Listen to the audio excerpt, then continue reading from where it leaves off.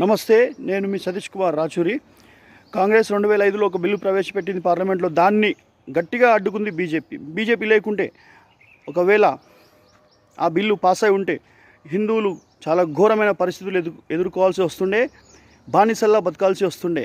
ఆ బిల్లు ఏంటంటే Hindu code bill అని చెప్పి తీసుకొచ్చారు. ఆ బిల్లు మనం ఏం చేయాలన్నా, మన ఇంట్లో పూజ చేయాలనుకున్నా, మన ఇంటి ముందర టెంట్ వేసుకోవాలనుకున్నా, మనం గణేష్ మండపం వేసుకోవాలనుకున్నా, మైనార్టీల యొక్క ఎన్ఓసి నో ఆబ్జెక్షన్ సర్టిఫికేట్ తీసుకొని పిఎస్ పోతే పిఎస్లో అప్పుడు మనకు పర్మిషన్ ఇస్తారు. ఒకవేళ మనం ఇట్లా పర్మిషన్ తీసుకోకుండా, ఎన్ఓసి తీసుకోకుండా చేస్తే మనకు నాన్ బెయిలబుల్ అరెస్ట్ వారెంట్ అలాంటి చట్టం తీసుకురావాలని చాలా ప్రయత్నం చేసింది.